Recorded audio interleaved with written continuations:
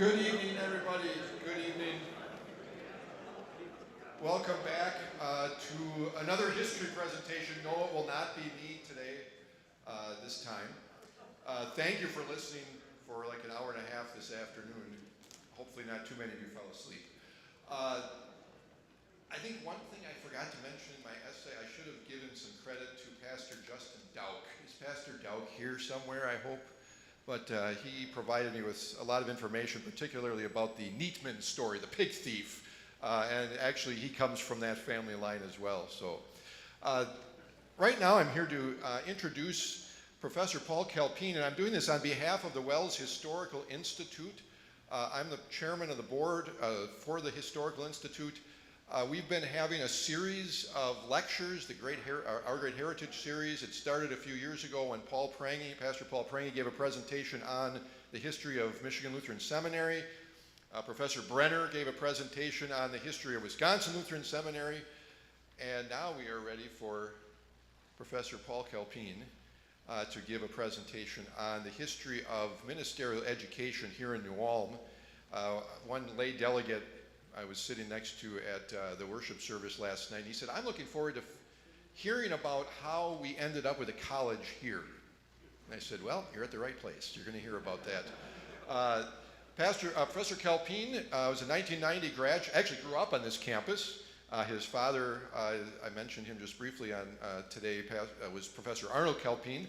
Professor Calpine graduated from the seminary in 1990 and was assigned to be a tutor at Northwestern College.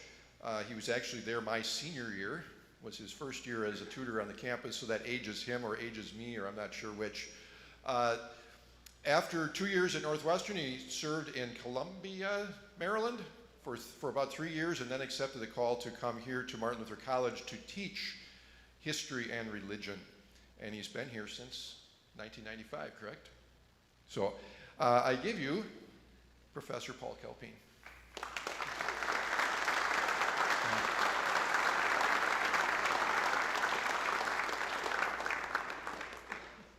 It's my pleasure to be with you and to give you some insight into a campus that I have seen from a kid's eye perspective, because I was born in New Ulm and raised in New Ulm. My father being a professor here, so in the 1960s and 70s, this was my home. This is a place I knew very, very well. And then I went away because I wanted to be a pastor. I went away to Watertown, Wisconsin, and I learned at Northwestern College, and then to the seminary in Mequon. And so Wisconsin's been a part of my life for a long time. Both my parents actually are from Wisconsin, and whenever we went to Grandma and Grandpa's house, we went to Oconomowoc, Wisconsin. So I have deep roots in Wisconsin, but I also have deep roots here because I've been back here now since 1995 when the so-called amalgamation happened. And I've served here now for 30 years. I want to say that I loved growing up in New Ulm as a kid. It was an idyllic setting to ride your bikes around the campus and just be part of a campus community and be part of the events and go to basketball games and football games and everything. It was just part of my life. But I never figured I'd live here again. I just thought I was going to go to become a pastor and I would get called who knows where. And I did. I got called to Columbia, Maryland, and started a congregation on the East Coast. But since 1995, I've been back where I grew up. And so I know this campus from a kid's eye view, and I know it from, I suppose, a professor's eye view. To some extent, that makes me objective and subjective all at the same time. And but I love this campus, and its story is a fascinating one. I have an outline that I was very late in the game producing because I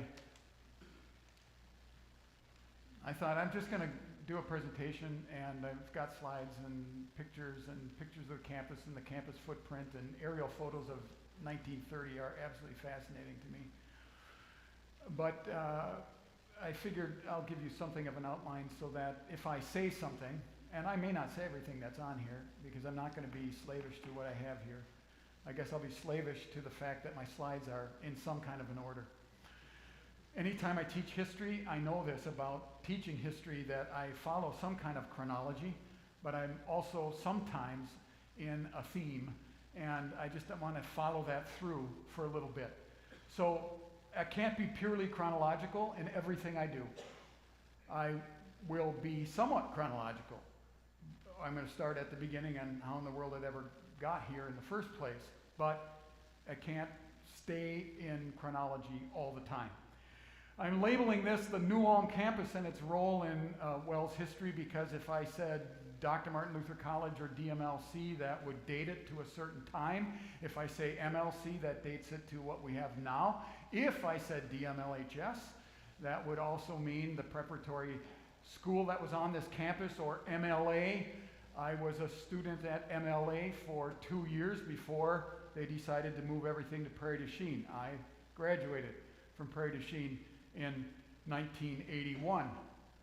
I was on the floor of the convention when they made the decision in 1978 to close the school. I remember standing there thinking, wow, that just changed my life.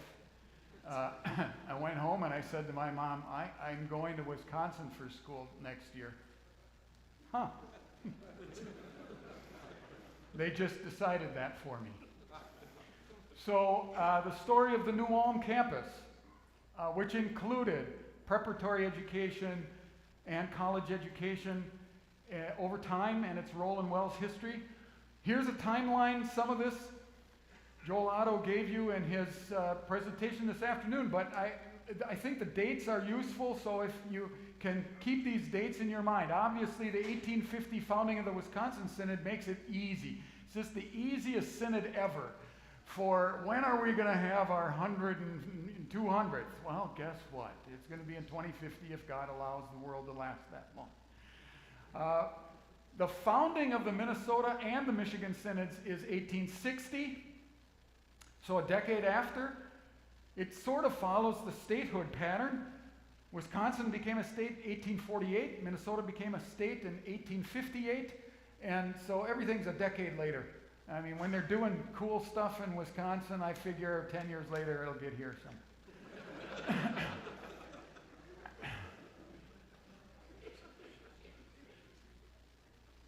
1872 is the Synodical Conference. He mentions the Synodical Conference because Professor Otto did, because that's in some ways the golden age of Lutheran confessional work, as the Missouri Synod, the Wisconsin Synod, and the other synods that are joined together, Minnesota, Michigan, and so forth, they joined together in a federated type of conference. There was fellowship involved among and between them. It's why synods start. Synods start to do what individual congregations can't do on their own, and they seek each other out to say, we not only need mutual encouragement as confessional Lutheran churches, but we need to be able to provide for the next generation worker training, and we need to be able to aggregate our resources to do things like mission outreach. More difficult to do on your own, and synods find ways to pull themselves together, and there are all kinds of synodical formations. This one, the Synodical Conference of 1872, is a significant one because you'll notice this next date is 1884, is when DMLC, or the building called Old Main, was built and dedicated in 1884. But the Minnesota Synod's been around for a while. And so what are they doing in this time between 20-year span, so to speak?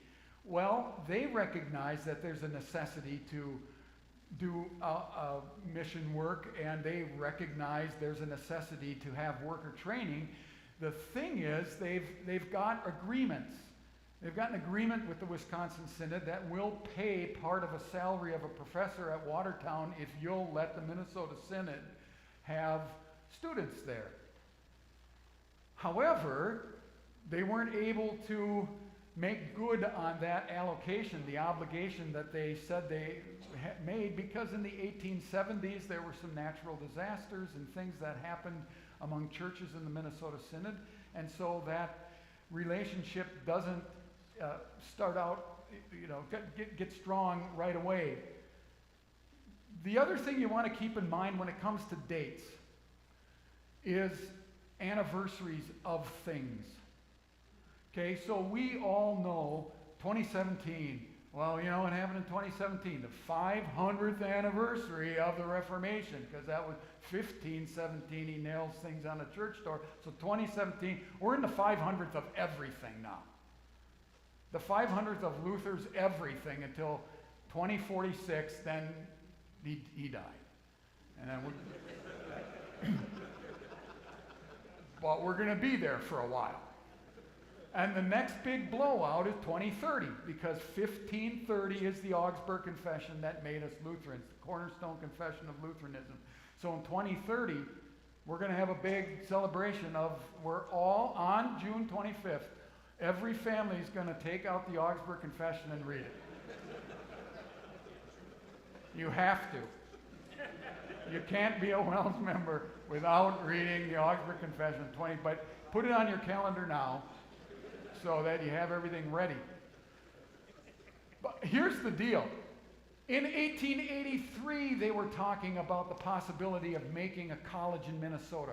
Part of the reason why was because it was too much for Minnesotan families to think about sending young boys to Watertown, Wisconsin.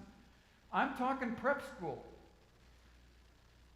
To be honest with you, the main impetus is probably prep school or high school education to begin with. It's not that they didn't have college education in the mix or pre-ministerial education and eventually go on to the seminary, but if you're going to send a 13-year-old boy to Watertown, that's a long ways away, and we don't have 4-lane highways. And you got a flat tire every time you went 2 hours out of whatever place you went. So this is it's the younger boys. What are you going to do with prep school age boys? Is part of the impetus. The other thing is Luther was born in 1483. And guess what C.J. Albrecht said? It's the 400th anniversary of Luther's birth. We should do something. And everyone else went, wow, CJ, what a great idea. Let's have a college. And that's it in a nutshell. Thank you very much. And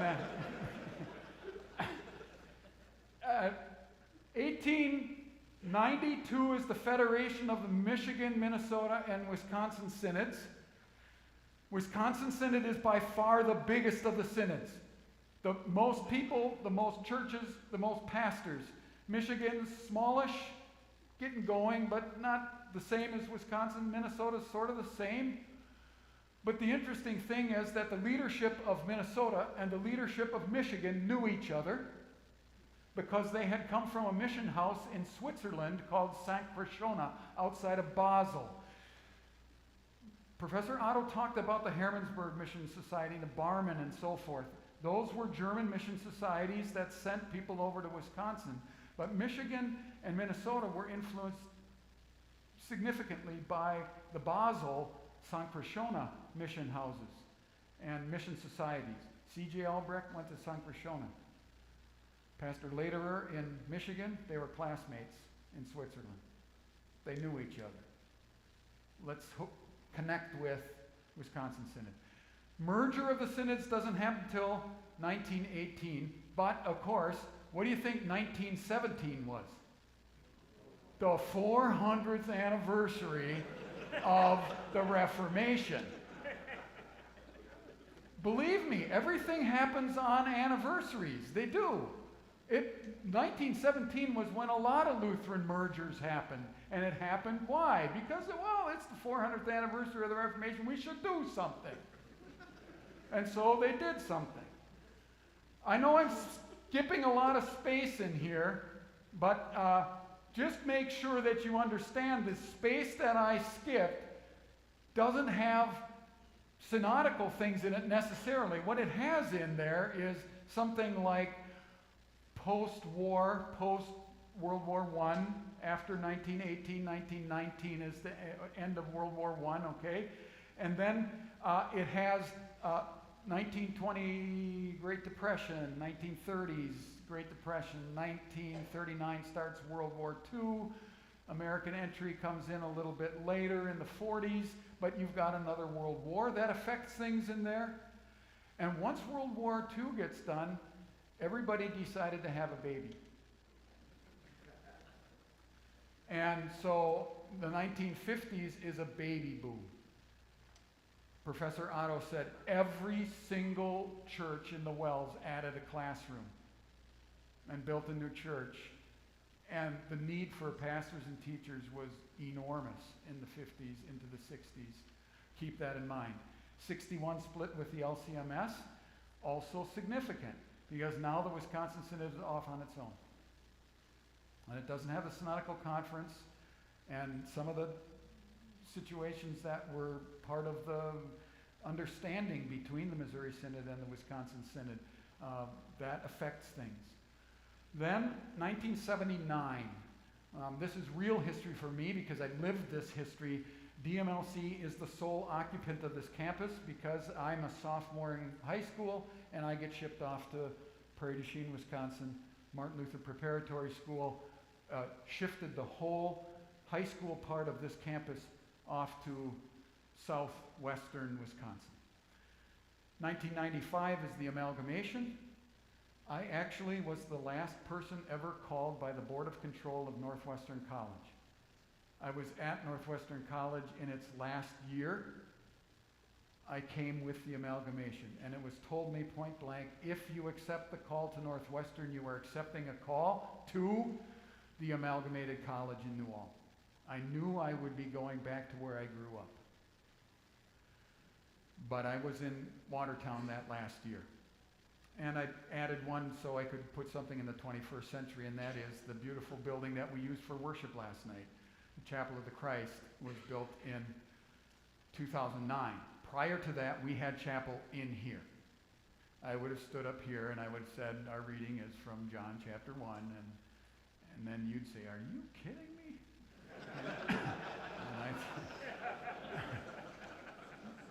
But this is where we would have been. In older Synod conventions, when they were in New Ulm, the opening service was always at St. Paul's Church.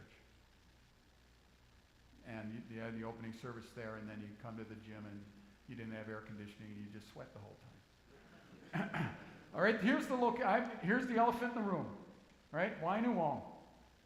Because that's what everyone wants to know, and they still want to know. So this is endless curiosity and debate. Why in the world is the sort of the last college campus standing in New Ulm? And we're the Wisconsin Synod, aren't we? It isn't New Ulm, Wisconsin. And how in the world does it end up in Minnesota, and why are we here? And this is the question. So, these are some official times when it came up. This doesn't mean the unofficial times when everyone's sitting there in the back and going, what are we doing? But here, in 1884, they wondered, what are we going to build? Why are we building Old Main in New Ulm? Why are we building a building in New Ulm? There were two places that were vying for the Minnesota Synod, Shakopee, which is now a suburb on the southern side of the Twin Cities. Well, maybe we should build it in Shakopee, but Shakopee never got its act together. And the only place that actually sort of had a plan of action, was New Ulm. 10 years later, this is right after the Federated Synods. 1892, and now you got 1893, 94. The guy who was the first president of this institution becomes the president of MLS in Saginaw. And they concoct an idea to close down this campus and move all teacher training to Saginaw. Didn't happen. 1908, 9, 10. Well, why is this the issue? Well, because Old Main was the only building on this campus for over 25 years. And they had gotten to a point where Old Main was too small. It couldn't be a residence and a cafeteria and a classroom building and a chapel and everything else all at the same time. You can't do that. A music hall, it was everything. Absolutely everything you did in a college campus was in that building. Okay, well, I think what we should do is build a dormitory and maybe a chapel, auditorium, music place. Oh, wait a second. If you're going to start talking about building, putting some more spades in the ground, we better stop and time out. Are you sure New Ulm's the place we should be? St. James and Hutchinson both said, well, maybe you should build there. They didn't.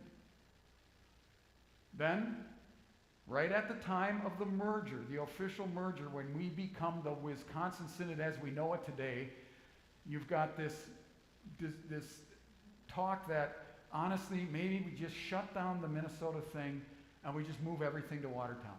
Teacher training, pastor training, all college training, but they had a prep school still on that campus too, so you have to be honest about can that campus manage a whole new influx of students? Would that be a wise thing to do? Again, they decide not to. The 60s are probably the most critical time, the 1962 Special Convention on Worker Training. I'll get to that toward the end of this, but the decision was made to invest money on the footprint in this campus in the 1960s. And I say that, remember, the baby boom generation is starting to be in grade schools and so forth, the post-World War II generation, once you get to the early 60s. And this special convention on worker training is significant, because if we need, they estimated 100 teachers a year. And DMLC at that point in the 50s was producing about 30 per year. And we need 100. And they said, well, we need more space. We need more facilities. We don't have enough. We can't have 500 college students on this campus. It's not going to work. This is the same time that the Synod is deciding, well, they came up with this idea in Fond du Lac. Maybe we should have the Fond du Lac program where you go to summer schools in New Ulm, but you spend time on the Winnebago Academy, Lutheran Academy campus in Fond du Lac. It was the Fond du Lac plan. And it was kind of an end run to get teachers into the system as quickly as we could. So you did a couple summer schools, and in between that, you were educated in Fond du Lac. They put a few teachers there it was the Winnebago program. It suffered from lack of people knowing what in the world was going on and why they were doing it or who was in control of it or in charge of it. So it closed down in the early 60s. So by 61, the Winnebago thing didn't work. At the same time, late 50s, really early 60s, they decided to put a junior college, and he mentioned this in his Synod history, junior college in Milwaukee, Milwaukee Lutheran Teachers College. Sometimes it's called Wisconsin Lutheran College, but it's the initial first iteration of Wisconsin Lutheran College. That's existing in 62. That exists in 62. The Synod actually added on to Wisco's footprint so that MLTC could have room there. By 1969, the Synod in Convention has to make a decision. We can't manage 2 colleges like this. What are we going to do? Are we going to, actually 3 colleges, because Northwestern College was just pastor training, but nobody ever worried about that. What they were worried about is we need 100+ teachers, and everybody's adding grade schools, and our kids need to go somewhere. Teachers was the thing. So they put Milwaukee or New Ulm, and they in the end, they decide the vote was about 2/3, 1/3, secret ballot, about 2/3, 1/3 to close down Milwaukee Lutheran Teachers College, WLC, and move everything to New Ulm, and double down on teacher education in New Ulm. And then lastly, the 1990s. When we get to a fiscal, tight spot, what are you going to do? New Ulm campus? You're going to go to Wisconsin? Are we going to move everything to Northwestern? Is Northwestern on Watertown's campus going to move to New Ulm? Do we build a new one? Do we build a new one in Appleton? Do we build a new one in Milwaukee? Build a new one in La Crosse?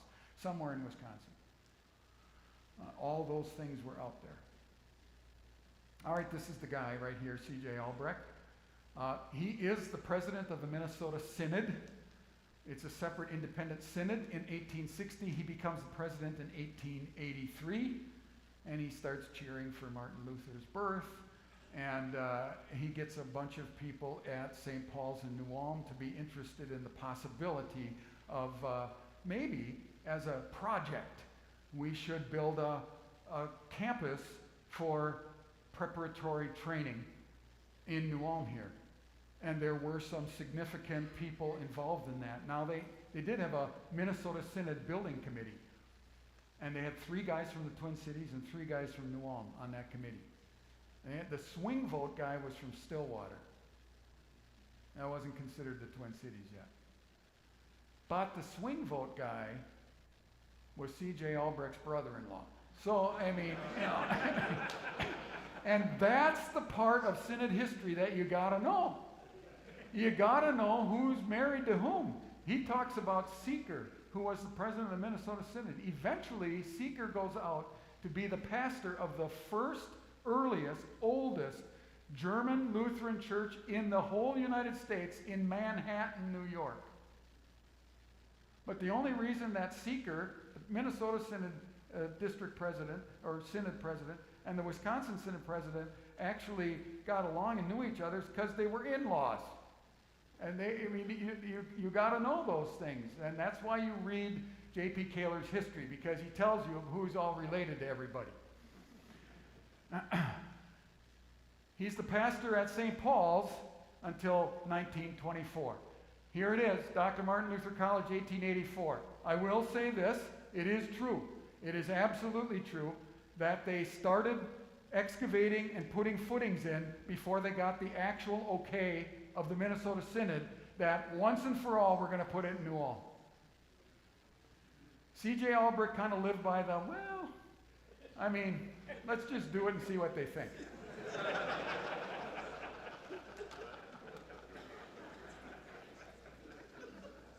And so they had foundations and footings, and he said, look at that. It's at a real cool place up on a hill. You can overlook the rest of the valley. And the guys on the building committee went, okay, I guess.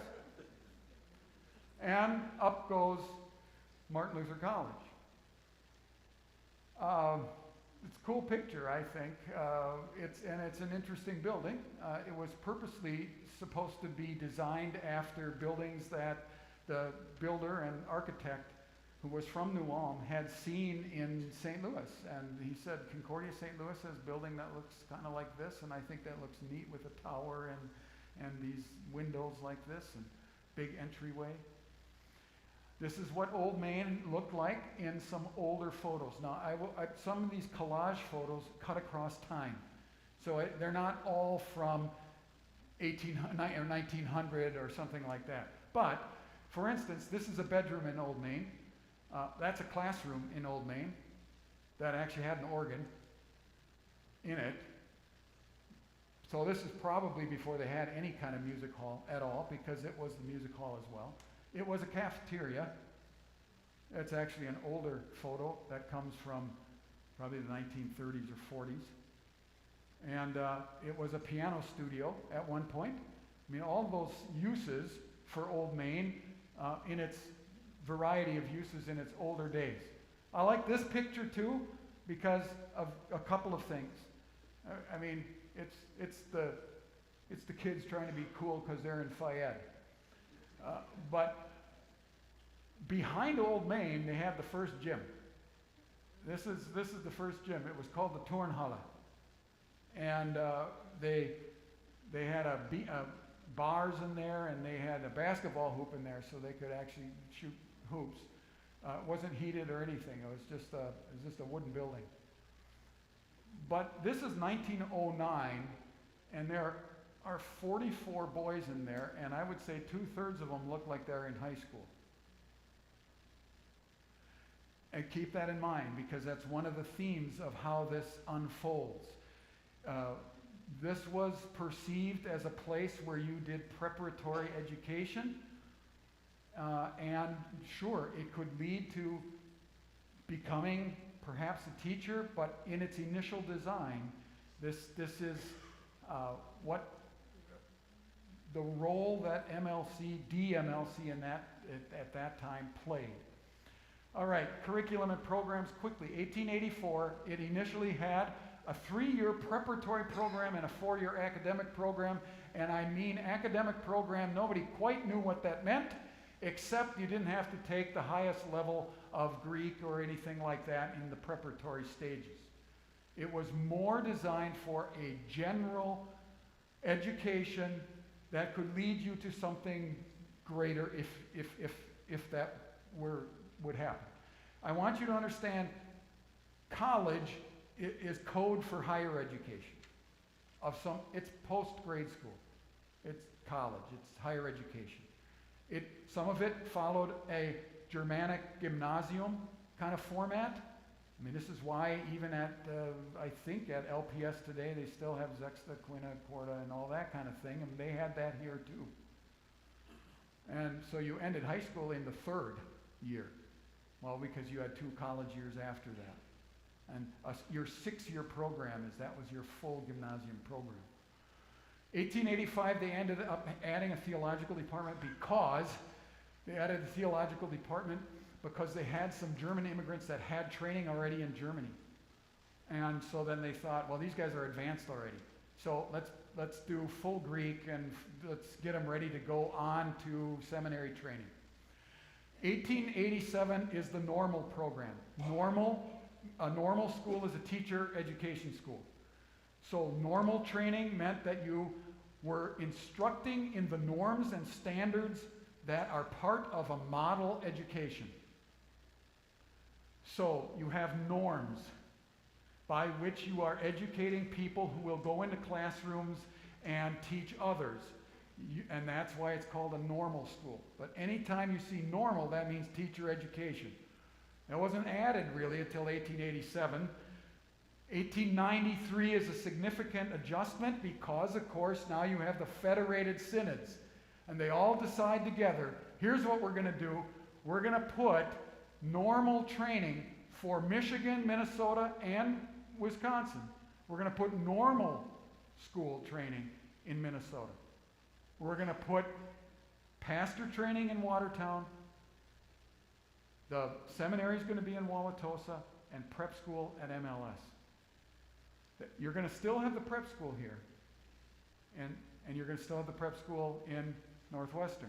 Both these college campuses are going to have prep schools, and they're going to have prep schools for a long time. They retained an academic program because academic program actually brought students in. 1903, they added a 4th preparatory year, so a 4th year of high school. 1928, a 3rd normal year. That was normal until 1954. That is the first 4-year college Bachelor of Science and Education degrees are 1954. First time that's happened. 1916 catalog says the teacher's seminary, that's what they called it. Dr. Martin Luther College in New Ulm was organized in 1893 under the resolution of this federated synod. They also had this line after it, or paragraph, at the same time, the courses of our lower classes are so arranged to afford preparatory training. So there's a prep school on campus. I'm going to get to some enrollment things later, but keep this in mind. High school numbers, enrollment numbers, always surpass the college enrollment numbers until you get to the 1960s. Once you're in the 1960s, the college numbers start to increase and the prep numbers are lower. But all the way through the late 1800s and early 1900s, the college numbers are lower than the prep numbers. I suspect the same is true, or was true, at Northwestern as well.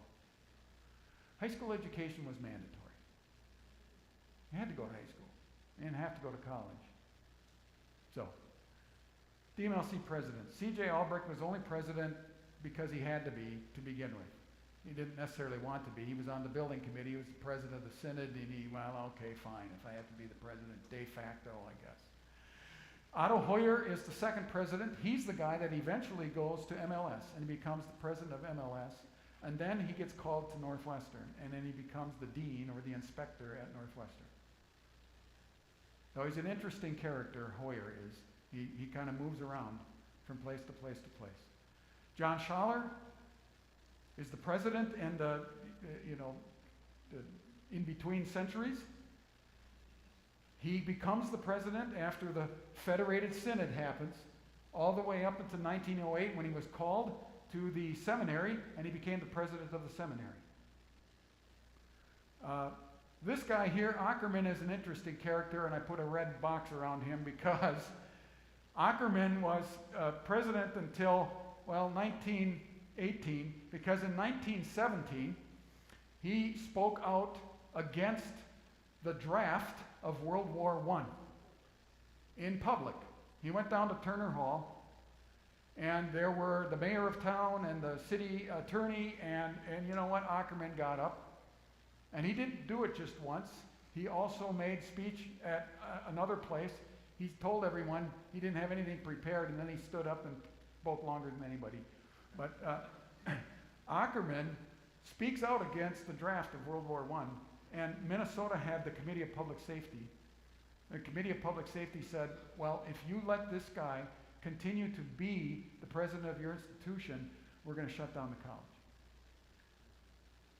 And it got taken to the highest levels of the Wisconsin Synod, because now you have an actual federated joint synod, really. You're all amalgamated together, and the president of the Wisconsin Synod says to Ackerman, I think you need to step down. So he does. He has an interesting backstory. He resigns from being the president. He gets called to Brighton Township outside of New Ulm by Cortland, and he becomes a pastor there, and then he gets called to Emmanuel and Mankato, and then he becomes the president of the Minnesota district of the Wisconsin Synod. I'm a president again. So Ackerman had an interesting end run. During Ackerman's time, they built what we call Summit Hall. It's a boys' dormitory. It was just this part of it, but they put a gym. They had the turn hall that we can tear that down, because we put a gym in the basement on one side here. And it's still down there, and now it's the Summit Training Hall, and they got all kinds of weights and things in there. But that was their gym. And it looks pretty much like that still today. At the same time, 1911, 1912, they build the aula, or the music hall, we call it, the chapel music hall. This is what it looked like on the inside. That's Fritz Reuter, who was the famous music professor who was called to DMLC. And there he is on the stage of the, not this one here, but the stage of the music hall where that back classroom is. Those of you who know the campus, that was the back music classroom. Even in old MLA days, we'd go back into the back music classroom. That's where Reuter is. He's on that stage with the male chorus. 4 years after this picture, he composed arguably his most famous tune, and that is the tune to God's Word is Our Great Heritage, which became the WELS national anthem. And so he composed the WELS national anthem. I like that tune, and it's called Reuter. We, by the way, have the Reuter piano in the chapel. And it was refurbished, and it arguably might have been the piano on which he composed that tune. This is what the aula looked like. Now it's just piano practice rooms and a classroom on the end. It doesn't look at all like that, but it was their stage, their chapel. They put an organ in here. They put this organ in, and no more than, a little more, I'll say, than 15 years later, they actually decide that that's not going to be the chapel anymore. They built this building. And the stage I'm standing on now was the stage. And they took that organ and behind this screen, that's where they put it. And that organ stood there until 1968. And then that's where the organ from the old music hall was. Just going to go through these presidents quickly. This is just a sort of like snapshot. J.P. Meyer had been a professor on this campus for over 15 years, and then he took a call to Wisconsin. He was in Oconomowoc, Wisconsin, when Ackerman is forced to resign, and they say, well, we need somebody to stabilize things in New Ulm. Would you become the president and stabilize things in New Ulm? So J.P. Meyer, who, by the way, also is going to take a call in 1920 to Wisconsin Lutheran Seminary and become the president of the seminary, and served there for an enormously long time until he was 91 years old. These men right here, arguably, are the people who see the footprint of the campus change over time. Bliefernicht is an interesting character. I won't say that much about him except for the fact that he was born and raised in Watertown, Wisconsin. And he went to Northwestern, and he went to the seminary, and he was assigned to Darfur, Minnesota, which is just north of St. James, about 30 miles from here. When Schaller took a call to Wisconsin Lutheran Seminary, they said, we need a pastor-trained guy who's got some capability. And they said, Bliefernicht's the guy. So he comes onto the campus as a professor and eventually becomes the president. He will be the president through the Depression years, which caused him great depression. And he has a heart attack and is not able to continue to be the president. He still teaches until the 1940s, but he is not the president. Schweppe is the longest serving president on this campus's history from 1935 to 1966. So he sees things through after Bliefernicht has to resign, and he is president all the way until those critical years of the early 1960s. And then, in some ways, the Conrad Frey, who is president here from 66 to 1980, he sees a significant amount of adjustment and change on this campus. I'm going to go through this real quickly now, but what he sees is a significant building boom. This auditorium was put in 1967-68. These lower chairs, these lower slanted part right here, was always lower and slanted, and this was the auditorium. And the gym started right in that, where in between area. That was where one basketball hoop was, and where that back wall is, that's where the other basketball hoop was. And it was a flat floor that went straight flat that way.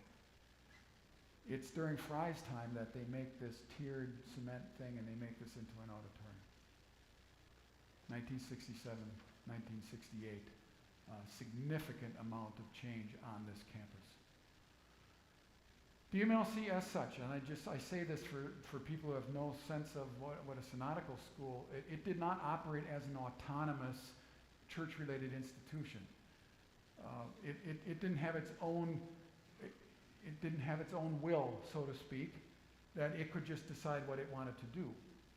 It remained subsidized by the Synod on property that was owned by the Synod, with instructors called by synodically elected governing board. So it is a Synod school, always was a Synod school, still is a Synod school. This campus is owned by the Wisconsin Synod. It isn't MLC's to do with whatever it pleases.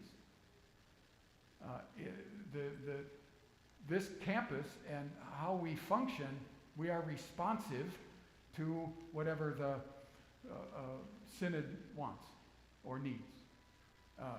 The college department trains exclusively for the teaching ministry. That was from the 75th anniversary catalog. And by the way, it did that for 102 years up until 1995, when pastor training was introduced onto this campus.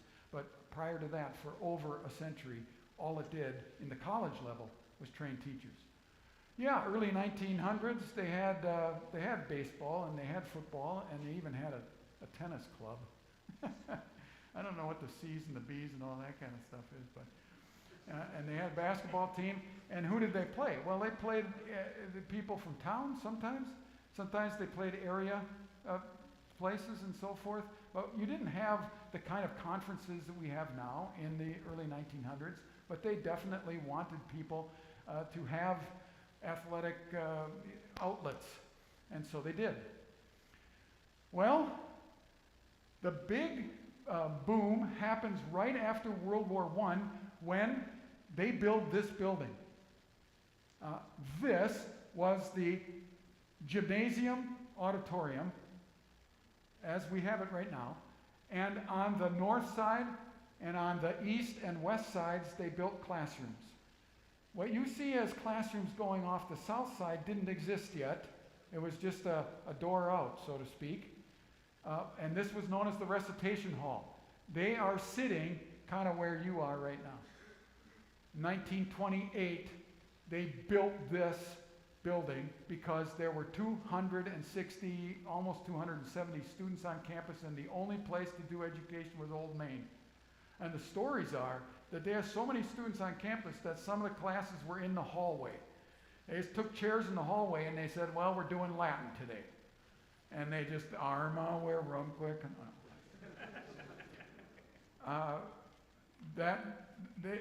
So they made the case, wait a second, we need classroom space. They have no idea what 1929 is going to bring. I have no idea. Incidentally, what else was being built at exactly the same time? The seminary in Mequon. Exact same time. The Synod is building this building and the seminary in Mequon, and this is dedication. That's what it looks like as it's finished. That's the north wall right over here. This is the 1932 faculty, and I'm not going to go through every single person except this guy right here.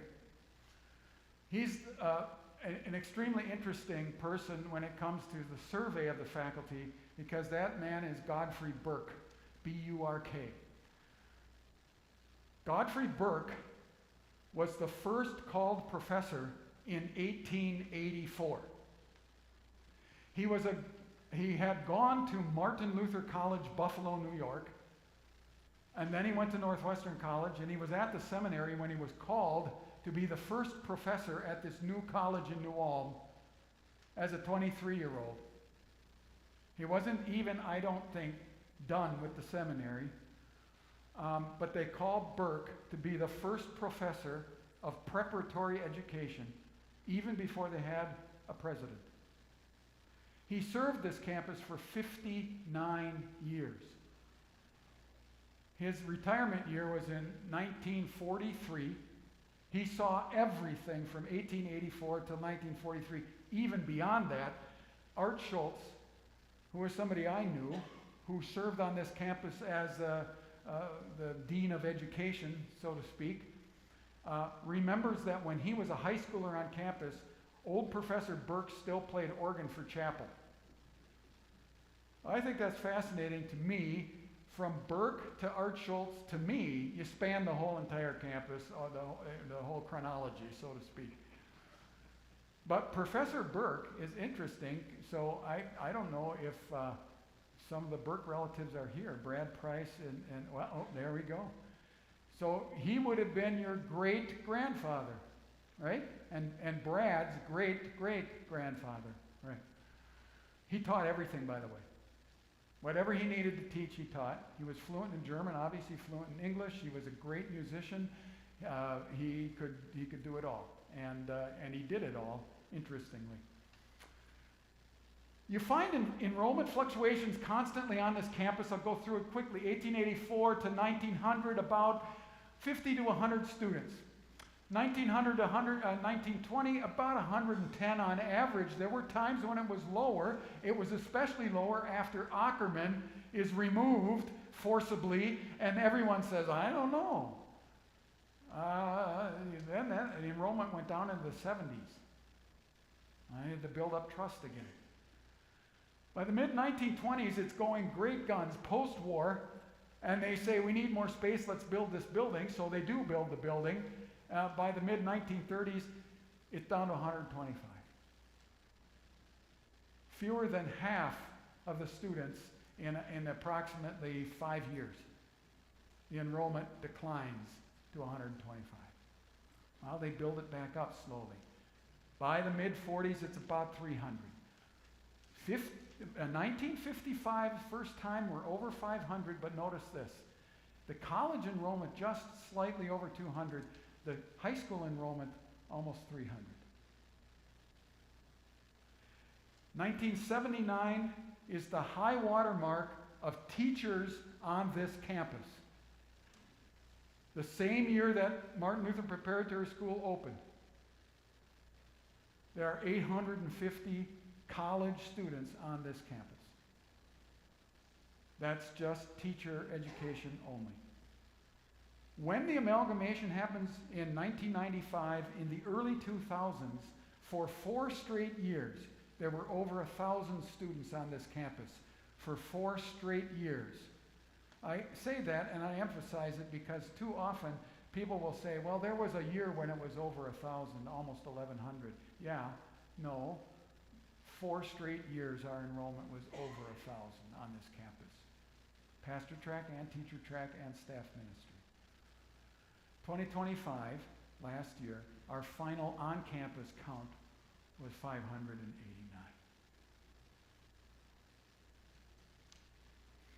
Some of the factors, economic considerations, I've talked about already.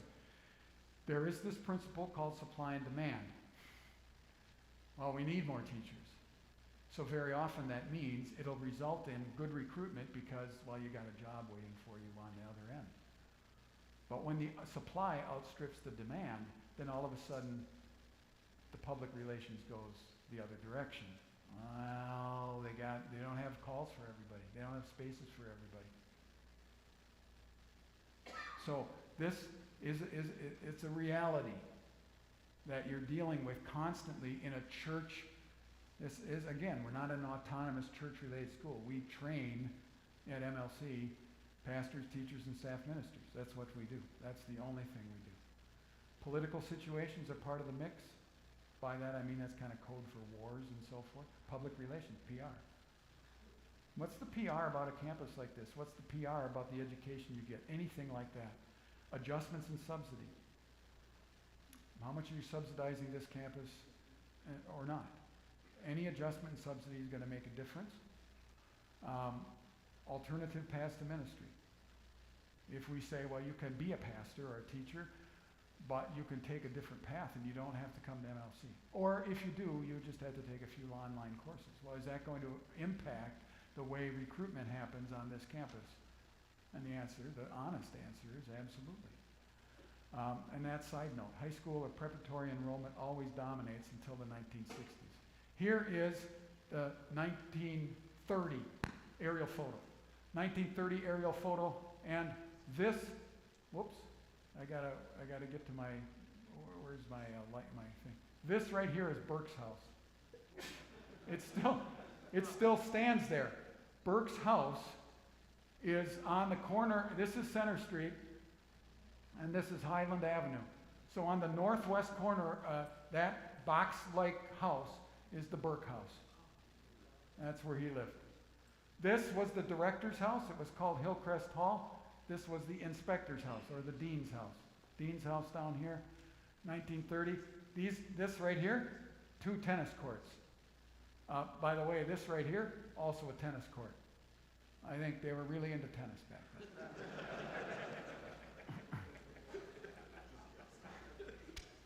Here's a standard line that the school has been co-educational since 1896. And guess what? Hillcrest Hall, director's house, becomes a women's dorm. There was a women's dorm below the hill. West Hall was added in 1945 as a temporary barracks. Centennial Hall was built in 1950. It's the centennial of Wisconsin Synod. Well, the Wisconsin Synod should do something. Okay, let's build a girls' dorm, so they did. So 1950 Centennial Hall. 62 Special Convention. Where should we locate teacher training? How can they improve or expand limited crowded facilities and so forth? Well, here's the building. Start at 1961 and go to 1971. In 10 years, the Music Center, Hillview Hall, 1964, now it's called Augustana. That's what it looked like inside.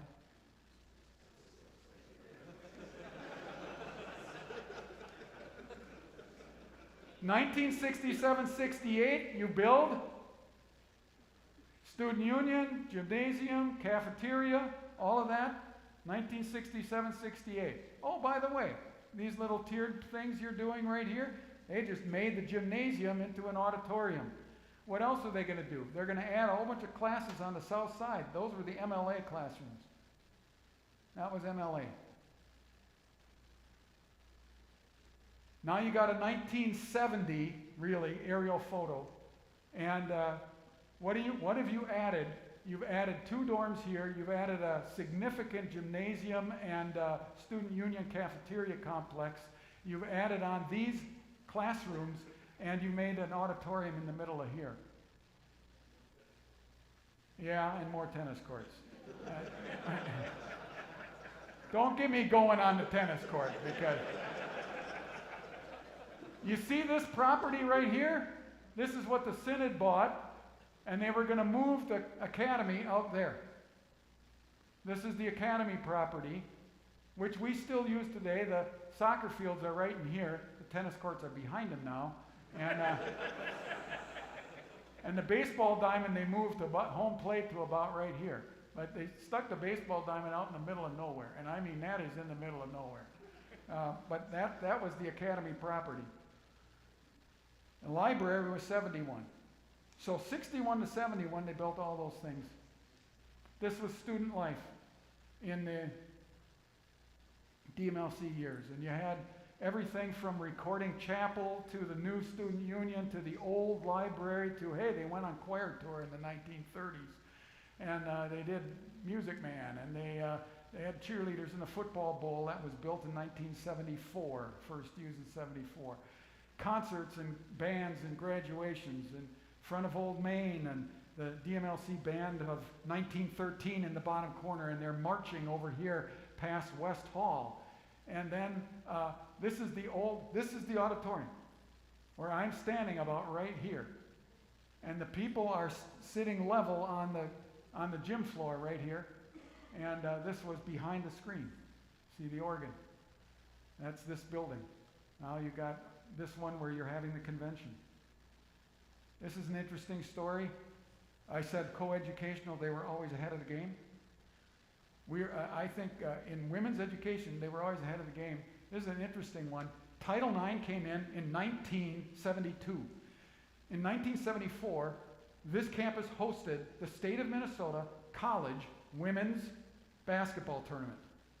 Every single college and university had a women's basketball team came to this campus for a tournament, including the University of Minnesota. Guess who won? Dr. Martin Luther College won the tournament. They beat Winona State in the championship 41 to 39.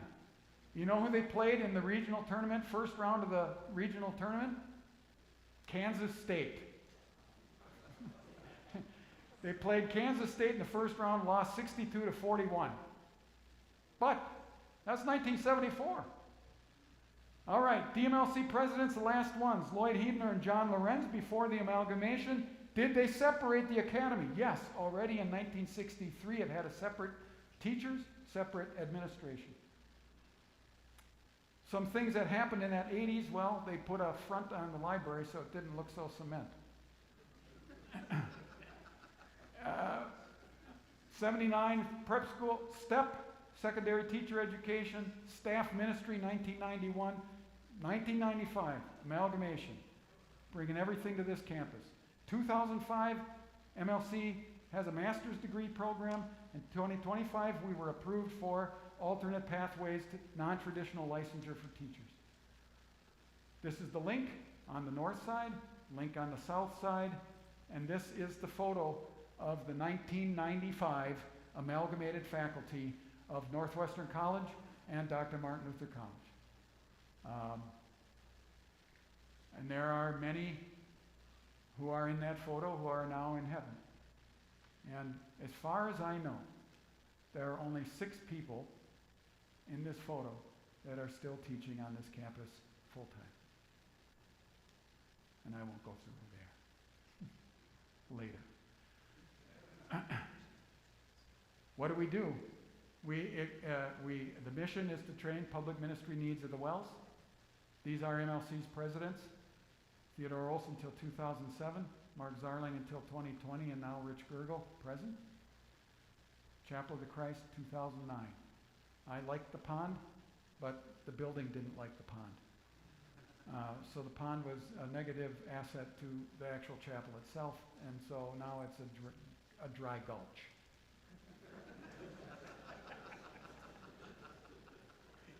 If you ever have a chance to come to the homecoming worship service, it's phenomenal, because you got all the choirs, you have all the band and everything, and it's worth the price of admission. No, I mean, you were at a church service there last night. It's a great space for worship. We also have a new early childhood center, 2013, off campus, but it is responsive to the needs of the Synod for training early childhood people. That's our aerial photo 2010. I love the tennis courts right there. Now the tennis courts are right there behind the soccer field. This is the academy property. That's the academy property now. The monuments that tell us who we are, right? Fishers of men, I will make you fishers of men.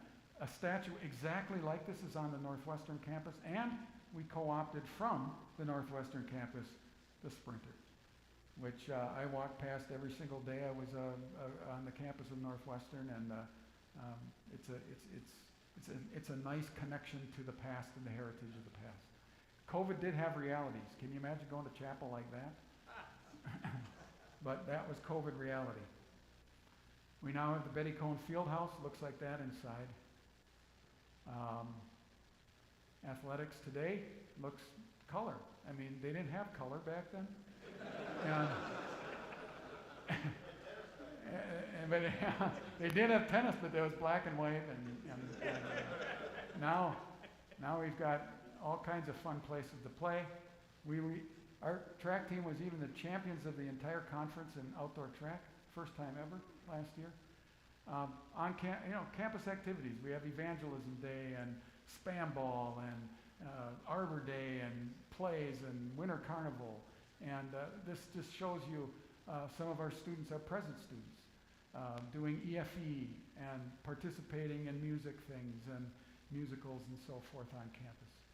We have a cultural engagement center, which is relatively new, a specific section of the student union. Master's degree program, online certification. Some of our teaching is actually done from a computer screen, where you sit in your office and do that. Well, we start with Old Main, we end with Old Main. By the way, it was built before Herman. Herman didn't get there till 1897. Old Main is older than the Statue of Liberty. So the first people in Old Main didn't even know there was a Statue of Liberty. You can't say like, all your German immigrants, they saw the Statue of Liberty and then they came, no, well, what's that? Well, like Herman said, one of my favorite things to tell people is that above the altar in the chapel is the 12-year-old Jesus in the temple. And the other monument on the hill is Herman. Oops, I got to get to this thing. Whoops, there. I got to get to Herman. Herman defeated the troops of Caesar Augustus in the year 9. Well, the guy who created the BC AD time frame did get it right, and Jesus was born before he was supposed to be born. And he went from 1 BC to 1 AD, so there's no year 0. And if you work out all the math, the 12-year-old Jesus in the temple and Herman the German defeating the troops could roughly be the same year, or within it. I just think that's cool. I mean, I think that's cool. This is what Old Main looks like now because it's in color. And we're hoping to put a new entrance on it. Oh, by the way, it is winter here once in a while. I didn't show you any winter pictures until the end. It is winter once in a while, but I don't know. There's something nice about that, just that walk through the campus. Where I'm standing is where the seal was initially located in 1995. They took it up, and now they put it right there. It's still the way, the truth, and the life. And that's what this campus is all about. Amen.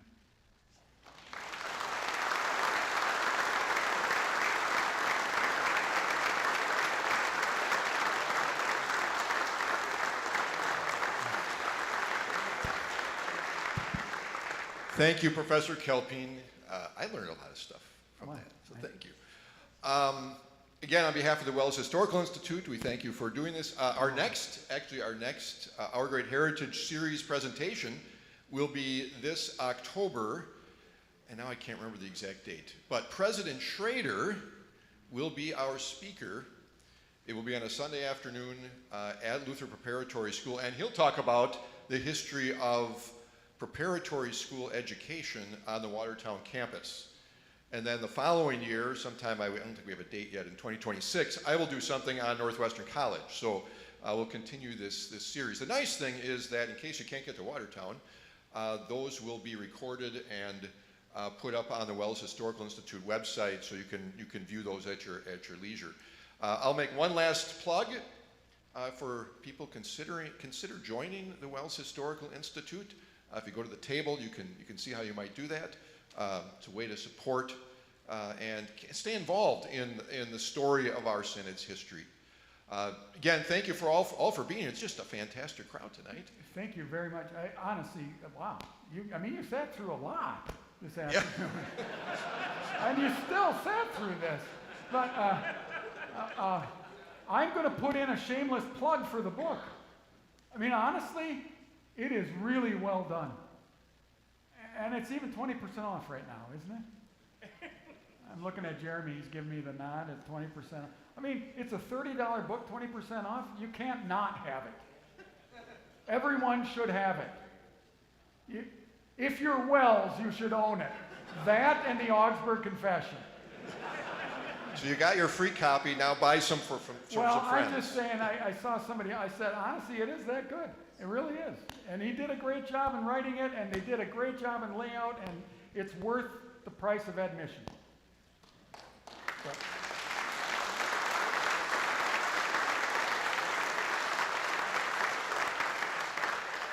Blessings on your evening, and go enjoy some fellowship. Thank you.